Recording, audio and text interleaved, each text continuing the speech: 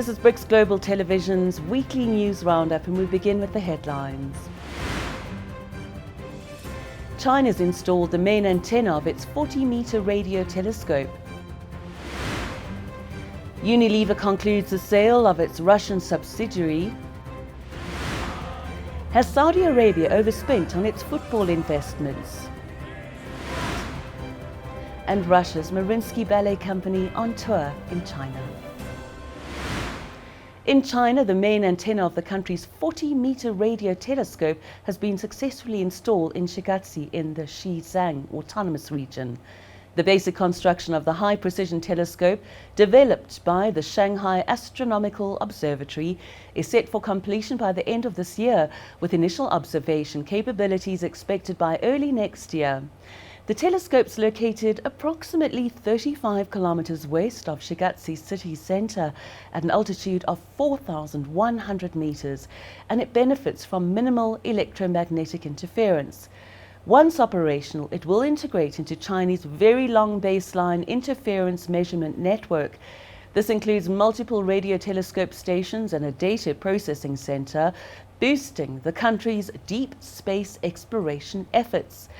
This technology measures time differences between signals received at various antennas, effectively creating a virtual telescope the size of the maximum separation between them. This network will enable the formation of a hyper-high precision synthesis aperture radio telescope, providing crucial support for future lunar and planetary exploration, as well as manned lunar landing missions in China. The Chinese naval hospital ship Peace Ark is providing free medical care to patients in Cameroon this week. Currently docked in the bustling port city of Douala, the ship's visit is part of an extensive 13-nation tour in Africa. During its stay, the Peace Ark will offer a range of medical services, including consultations, surgeries and health screenings, aimed to improve healthcare access for local communities. CGTN's Carolyn B. Cameroonian and Chinese authorities have welcomed Peace Ark, which arrived at the port of Douala on Monday morning. The warm welcome given to us by all walks of life in Cameroon and the overseas Chinese made us feel your enthusiasm and friendliness. Here the commander, Major General Hayo Ming, and I would like to express our highest respect to you on behalf of all the officers and soldiers on the mission. The ship is equipped with advanced medical equipment, and there are over 100 medical personnel on board. The Cameroonian government says the maritime hospital will offer treatment for infections and chronic diseases. Services also include pediatric, dental and obstetric care. With patient registration underway, thousands of Cameroonians are expected to receive free health services. The ship's humanitarian mission is an initiative aimed at solidifying relations between China and Cameroon, which have strengthened through the Forum on China-Africa Cooperation. The Forum on Sino-African Cooperation, the FOCAC, which took place in September in Beijing and was attended by President Paul Biya at the invitation of his Chinese counterpart President Xi Jinping, made it possible to strengthen the already fruitful cooperation between Cameroon and the People's Republic of China in many fields, including the defense sector. The ceremony we are attending this morning adds another layer to the steady, solid cooperation between Cameroon and China. A gala ceremony and reception is planned for the ship's staff before they begin offering medical services to Cameroonians from Thursday. Caroline B., CGTN. Russia and Chinese naval ships have conducted a joint patrol in the northeast Pacific Ocean, as reported by the Russian military.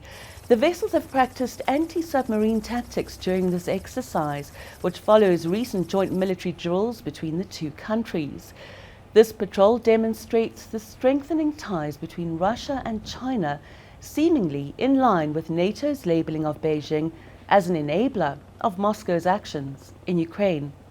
Earlier in September, China announced plans for further joint maritime patrols and participation in Russia's upcoming Ocean 2024 strategic exercise. Their military collaboration has increased significantly in recent years, reflecting a shared opposition to what they view as Western dominance, particularly US influence in global affairs. The two nations had previously declared a no-limits partnership just before Russia's invasion of Ukraine in 2022, demonstrating their commitment to deepening military and economic cooperation.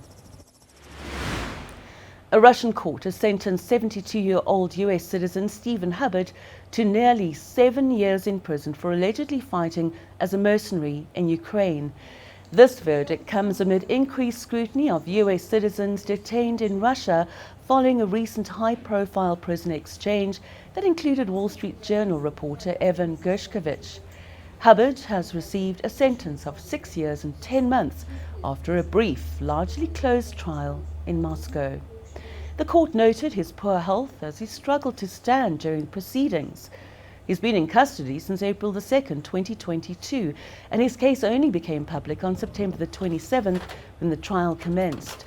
Prosecutors claimed Hubbard was paid over $1,000 monthly to join a Ukrainian territorial defense unit receiving training and combat uniform. Reporters indicate he pleaded guilty to the charges, which included violence in prison related to a separate incident involving a police officer. US casino operator Wins granted the first commercial gaming operator's license in the United Arab Emirates, where gambling is currently banned. Issued by the General Commercial Gaming Regulatory Authority, the license marks a significant development in the Gulf state, which has traditionally prohibited gambling under Islamic law. Wynn, known for its properties in Las Vegas, Boston, as well as Macau, is developing a luxury resort in Al Marjan Island in Ras Al Khaimah, set to open in early 2027 with gaming amenities. While UAE authorities have denied plans to lift the gambling ban, recent liberalization efforts, including relaxed restrictions on alcohol and housing for unmarried couples, suggest a shift in policy to compete with neighboring countries. The UAE also adopted a Saturday to Sunday weekend in 2022, further positioning itself as a regional hub. The buzz around the Chinese game Black Myth Wukong is skyrocketing, captivating gamers with its breathtaking visuals and immersive gameplay. Drawing from the beloved classic Journey to the West, the titles invigorated China's cultural market, sparking increased interest in merchandise. The legendary Monkey King character remains a fan favorite, driving rise in related products and further enhancing the game's cultural impact. CGTN's Li Chong takes a closer look. At the Longquan Tangrenjian Porcelain Art Museum in Zhejiang Province, master craftsman Zhou Tangqiang and his team have seen a surge in sales for their Wukong tea knife. The design is inspired by the animation Havoc in Heaven, adapted from a chapter in the cherished novel Journey to the West. The success of Black Myth Wukong, a game based on Journey to the West, has turbocharged sales of related cultural products at the museum. In the past, we could sell perhaps a few hundred sets a year, but now we can sell that many in just a few days. And the Longquan Jiang family's Sword Workshop, a Monkey King-themed celadon product designed last year, has also seen a spike in sales. We made a small stick using meteorite iron and craft the celadon Wukong feature, combining them to create a decorative piece. It's been sold out recently.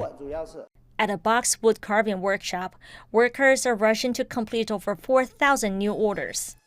Master craftsman Ye Zhu and his team, who have created 8 Wukong-related works, are experiencing unprecedented demand amid this latest game-inspired craze. These orders came in last night and must be shipped today. The most popular item is this car ornament, into which we've incorporated solar power. The team is now developing more Wukong-themed products, aiming to bring traditional culture into people's everyday lives in diverse ways. Li Qiong, CGTN. Staying in China, Shanghai Fashion Week has begun, with Lu Yan, inspired by artist James Turrell, opening the show. Highlights will include Vivienne Westwood and Moncler's immersive event. And fashionistas can also look forward to designer Angel Chen's collaboration with Change, showcasing a blend of traditional and modern aesthetics. CGTN's Chen Tong is there.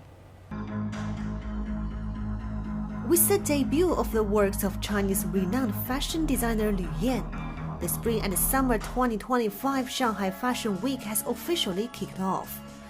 Liu Yan's new collections this season continues her style of simple cutting.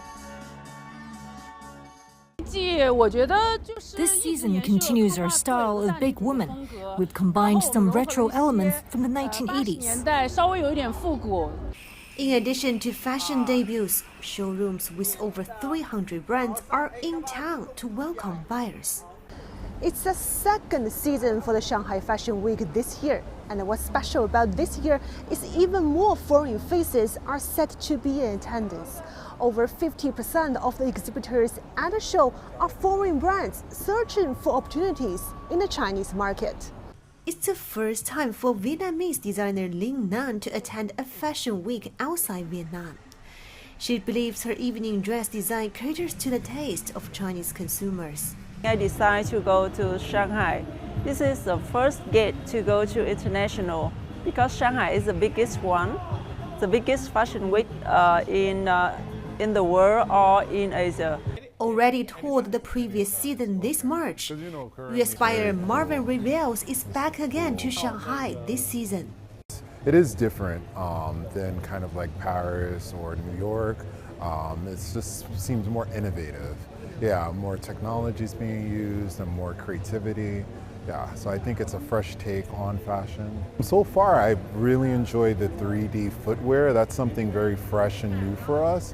Fashion activities this season will last until the 17th of October with hundreds of commercial and designer brands showing their looks for the spring and summer season next year. Chen Tong, CGTN, Shanghai. Coming up, BRICS Plus Business News.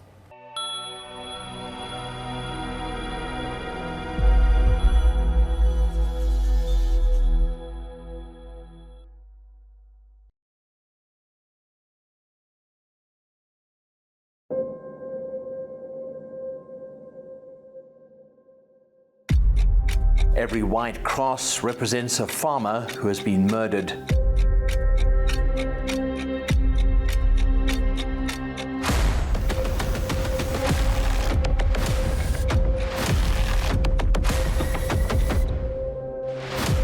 Some call these the forgotten farm murders.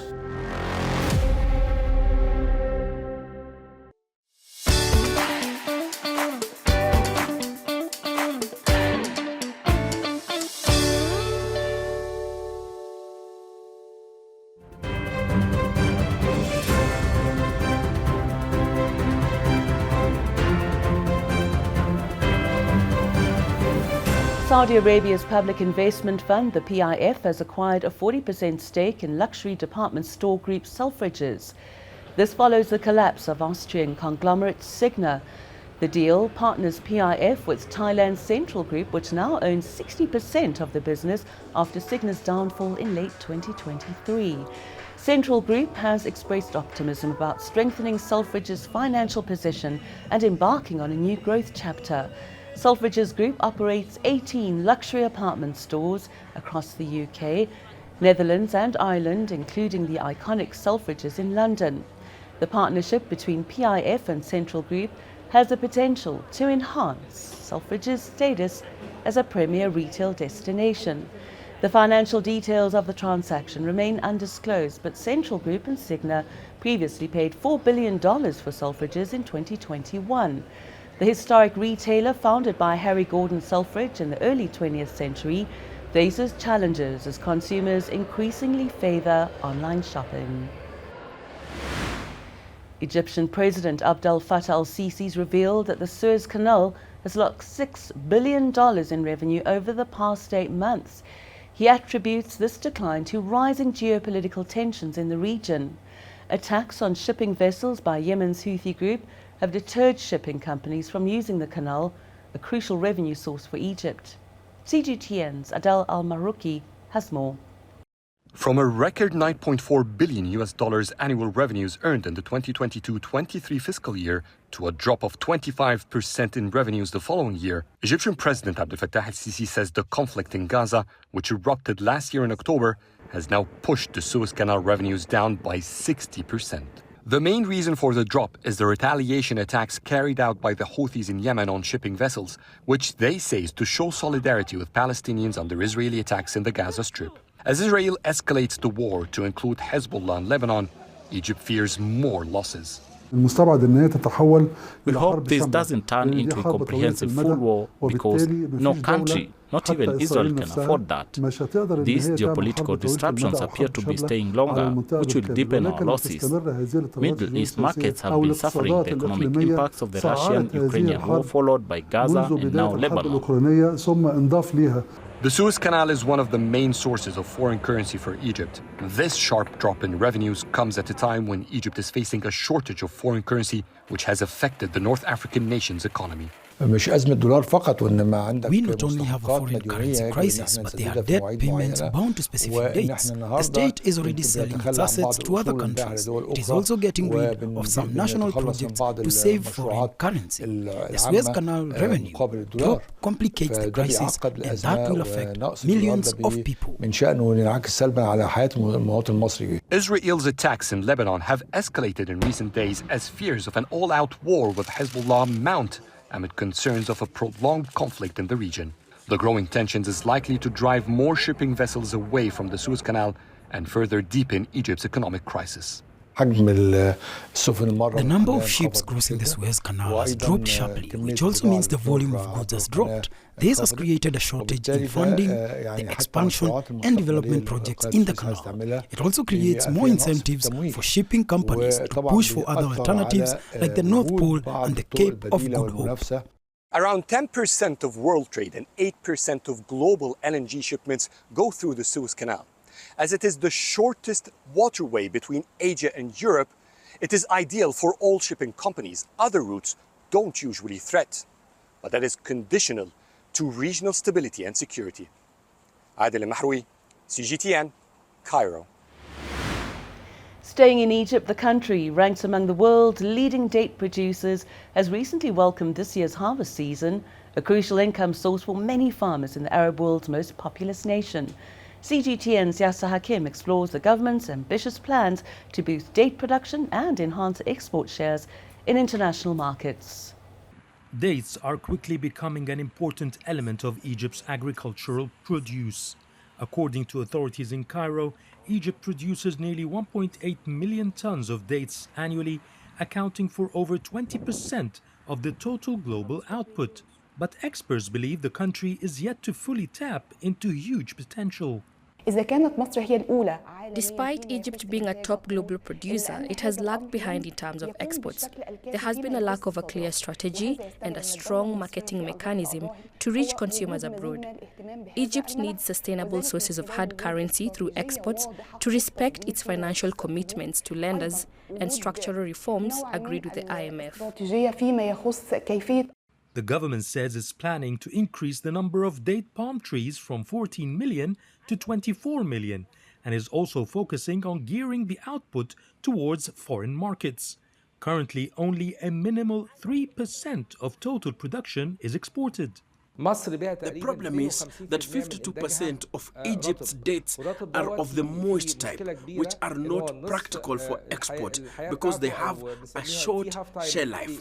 So we turned to plant new type of dates with longer shelf lives and which are mostly in demand globally. We expect to increase exports from 3% to 10% in the next 3 to 4 years.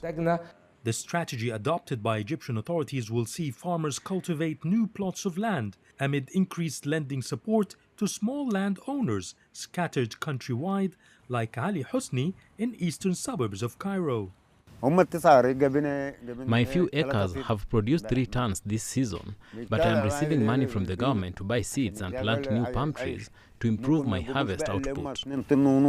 There are challenges, however, to reaching this target. The first challenge is water shortages because palm trees need a lot of water. Secondly is the lack of skilled workers, and this is a problem which exists around the world. Thirdly, we need huge plots of land to plant the trees. Date producers, along with the government, are planning to establish training centers for skilled labor in this sector, as well as allocating suitable areas to launch the ambitious scheme to plant nearly 10 million palm trees in the next few years. Yes Hakim for CGTN, Cairo, Egypt. Unilever's completed the sale of its Russian subsidiary, marking its exit from the country following the invasion of Ukraine in February 2022. The British consumer goods giant sold Unilever Russia to Honest Group, a local manufacturer, for an undisclosed amount. This deal also includes Unilever's operations in Belarus and its 4 factories in Russia. CEO Heinz Schumacher stated that the sale concludes Unilever's presence in Russia, a decision influenced by widespread criticism of multinationals that continued operations after the invasion. Unilever had previously faced backlash, including being listed as an international sponsor of war by Kiev, for insisting on supplying essential food and hygiene products to Russian consumers. The ongoing war has driven global inflation, increasing prices of essential goods. While some accused Unilever of excessive price hikes, the company argued it was attempting to manage rising costs amidst a challenging economic environment. To Brazil now, where inflation has rose to 4.42% year-on-year in September, driven by a severe drought that resulted in a surge in food and fuel prices. The monthly increase of 0.44% is the largest for September in 3 years, affecting daily life significantly. CGTN correspondent Paulo Cabral. São Paulo's public wholesale and food distribution center, CEAGESP, bills itself as the largest produce market in Latin America. The historic drought affecting Brazil is reflected in the price of many items traded here. Citrus fruits, such as oranges, lemons and mandarins, are among the hardest hit so far. This year, compared to the 20 years I've worked here, is the hardest. There is less fruit to work with, and consequently, prices will continue to rise. If it doesn't rain, soon we won't have anything left to work with.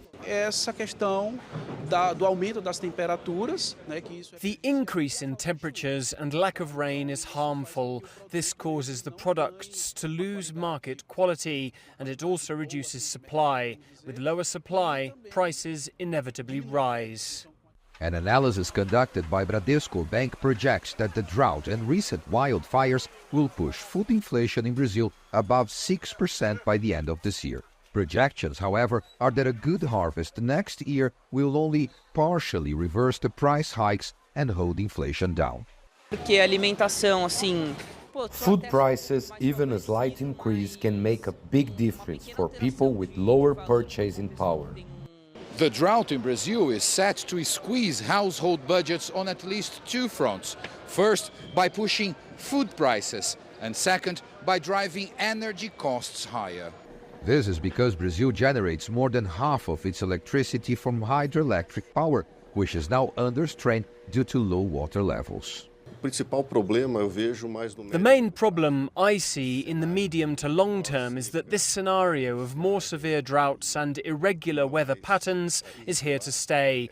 With global warming, the trend is for it to worsen. So for the future, we need to be more concerned and better prepared for this kind of situation. Brazil is one of the world's richest countries in fresh water, holding about 20% of the planet's supply. This year's historic drought is showing the serious economic impact when that precious liquid begins to dry up. Paulo Cabral, CGTN, São Paulo. Coming up, BRICS Plus Sports News.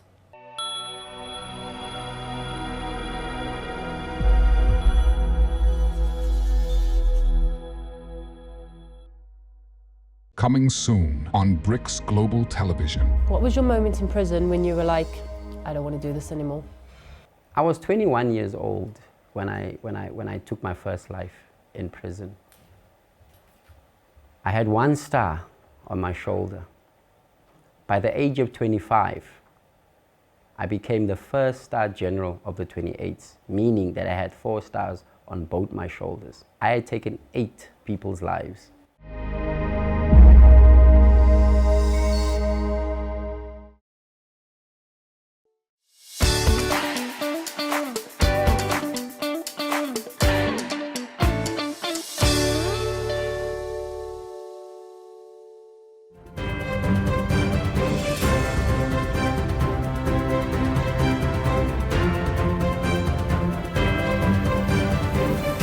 Saudi football's extravagant spending, which once attracted stars like Cristiano Ronaldo and Karim Benzema, has sharply declined, close to $1 billion to less than half of that this year.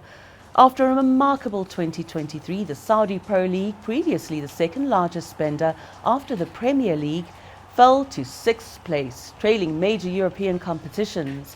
As Saudi Arabia reassesses its lavish investment amid budgetary constraints, analysts suggest the focus has shifted from marquee signings to sustainable growth.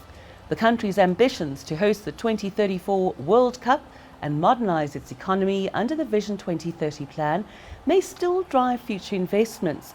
While the recent dip mirrors a global trend of reduced transfer fees, FIFA's reported a 13% decrease. Saudi officials point to the league's maturation and the need for strategic talent acquisition. This year's spending reflects a shift towards long-term sustainability, with an official stating, "Who says we have to sign a big player every summer?" In China, former world number 2 Paula Badoza caused quite an upset this week, resulting in her withdrawal from the Wuhan Open. She cited gastrointestinal illness just hours before her match against Australia's Ajla Tomljanovic. But the announcement followed backlash over a now-deleted Instagram photo in which Badoza appeared to imitate a Chinese face using chopsticks, which sparked accusations of racism. The photo, posted by her coach, was taken in Beijing after Badoza reached the semi-finals of the China Open. In response to the controversy, Badoza issued an apology on social media, acknowledging her mistake and expressing regret for any offence she caused. She said, "I take full responsibility. These mistakes will make me learn for next time." And if you're an adrenaline junkie and you're looking for your next adventure, perhaps this story will inspire you. In the UAE, Surf Abu Dhabi set to launch the world's largest artificial wave pool, measuring 650 meters, which boasts the longest man-made barreling wave globally. Generating one perfect wave after the other, it's a surfer's paradise. But what if you want to kick it up a notch? Chilean wingsuit flyer Sebastian Alvarez has made history by seamlessly transitioning from a base jump to surfing the world's longest artificial wave at Surf Abu Dhabi. Jumping from a helicopter at 3,657 meters over Hudayriat Island, Alvarez utilized a modified surfboard attached to his feet. He swooped down with his parachute to align with the wave, landing precisely on a 2.3-meter high section of the wave. This groundbreaking feat certainly pushes the boundaries of what is possible in skydiving and surfing. And finally, the Mariinsky Ballet Company, based in Russia, is set to embark on an intensive tour in China, marking the 75th anniversary of diplomatic relations between the two countries. The significant milestones being celebrated through various cultural exchanges. The tour runs from October the 10th to the 26th, featuring performances in Beijing, Nanchang and Shanghai. The program includes iconic productions like Romeo and Juliet, along with a gala concert that showcases the troupe's extraordinary talent and artistry. Each performance promises to deliver the emotional depth and technical precision that the Mariinsky is renowned for. Artistic director Andrian Fadiv has expressed his excitement about the tour and its cultural significance. The Russian ballet company, based in St. Petersburg, is part of the Mariinsky Theatre, one of the world's most prestigious ballet companies, with a rich history dating back to the 18th century. This tour celebrates exceptional artistry and serves to strengthen cultural ties between Russia and China, fostering greater mutual understanding. Thanks for watching BGTN's weekly news roundup. If you'd like to keep in the know, check out our website and social media and subscribe to be the first in line for daily updates. From the BGTN team, see you again next week.